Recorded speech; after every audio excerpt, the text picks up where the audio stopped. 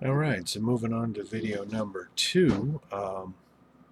Actually, I had something I wanted to talk about a little bit. I recently had a friend of mine. He's a bartender over at the Gold Coast. His name's Ray, and he used to do jiu-jitsu. He's purple belt, and he doesn't do it anymore.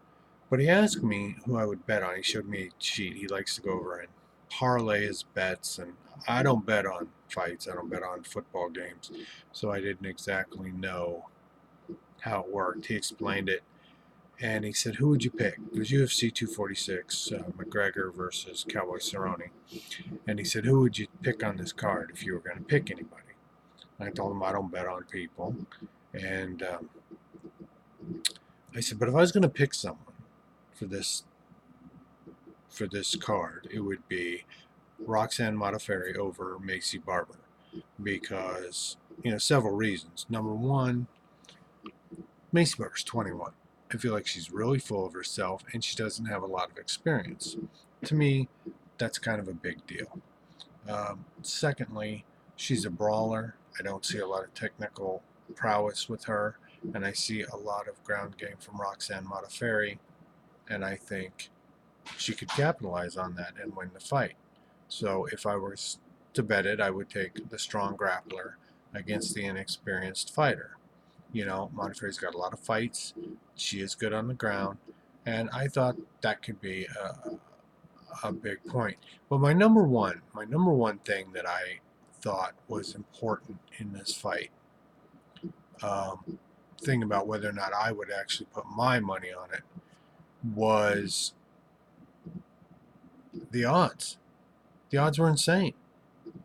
Minus 1,000 favorite for Macy Barber for a 21-year-old with limited experience. I thought that was crazy. So I said, if I was going to bet on somebody, I would bet on somebody who could make me a lot of money. And I really feel like there's a great possibility to make a lot of money betting on Roxanne Modafferi. And I was right. Of course, I didn't bet it, but he did. And he parlays and all that, which I'm not even sure how all that works. I know what it is, but I don't know how it works. So I don't do it a lot. I'm going to do some videos from time to time and say who I would bet on here and there. I tend to do better when I tell you who I'd bet on, but I don't bet on them, because every time I tend to bet on somebody, it kicks me in the ass and I lose. So, um, I just don't bet it. But these fights, so many of them, Curtis Blades and Junior Dos Santos, I was torn on that one. I don't know who I'd pick, and the odds weren't great enough on either one that I would actually risk any money. So I'd stay away from that kind of thing. Um, but I would have taken Roxanne Modafferi over Macy Barber if I was going to go bet. So just a heads up to people out there: if you're going to bet on these fights, you should pick the odds that are going to actually make you money. So many of them don't. You pick the favorite, you put $100 down, you make $60. Well, that's really not worth the risk, in my opinion. But you do what you want. So um, I try and keep those going. And I really didn't feel Macy Barber. She came up from 115, so she's not a big, you know, 125 female fighter against someone with a ground game. I just, that's who I would have picked. But again, I don't like losing my money because somebody trips on their way into the octagon. That's my luck. That's the way things go for me. So I don't pick those kind of fights. But I would throw that out there, that from time to time I will put some picks on here and let you know what I think.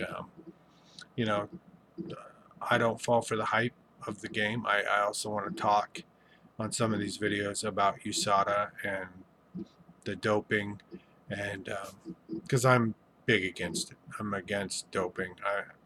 I don't even like supplements, to tell you the truth. I find um, too many people having issues because of it, and I think it's much more important. It's very important to do a better job uh, regulating yourself than letting someone else have that power over you. They say don't leave it to the judges. Well, I wouldn't leave it to the doctors either to come out, oh, you have a tainted supplement, or this is coming back abnormal. I just don't think that's something I would ever want taken out of my hands. I would want to um, do what I do for me, do my best, and be in control of it. And I think it's very important. Very important to stay in control of what you're doing instead of having someone tell you, oh no, we think that, and we've heard it from foot cream to erectile dysfunction to every other thing out there. And I'm not going to discuss what I do and don't think about those excuses. Not at all. But I have to say, I'm as skeptical as anyone else. And when people keep popping for something, where there's smoke, there's fire. And you're going to feel like they're, breaking the rules. So anyway, I'll do some more extensive videos on that, and we'll get into that later. But hope you're enjoying the videos. Please like and subscribe.